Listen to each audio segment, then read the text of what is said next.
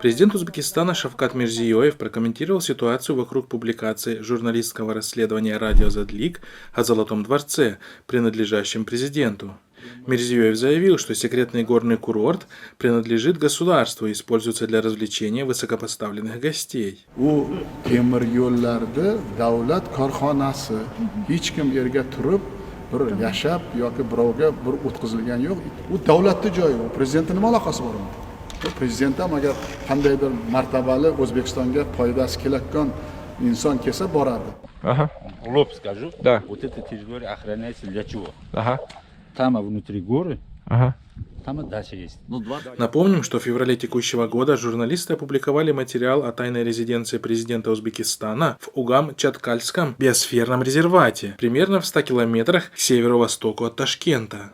В своем первом публичном комментарии относительно расследования Мирзиёев сначала заявлял, что не имеет никакого отношения к собственности в районе реки Шоввоссой, и повторил ранее сделанное заявление железнодорожной компании «Узбекистон Тимир Юллари» о том, что курорт принадлежит железнодорожной компании на законных основаниях и построен для отдыха сотрудников «Узбекистон Тимир Юллари».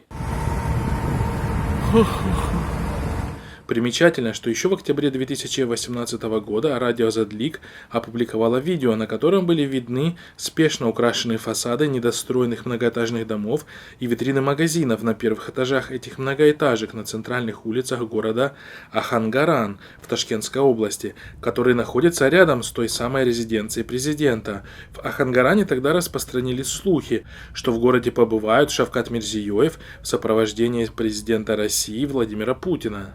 Официально нам об этом никто никогда не скажет, но ходили слухи, что Мирзиёев приедет 18 октября, сообщил тогда радио «Задлик» местный чиновник, согласившийся говорить на условиях анонимности.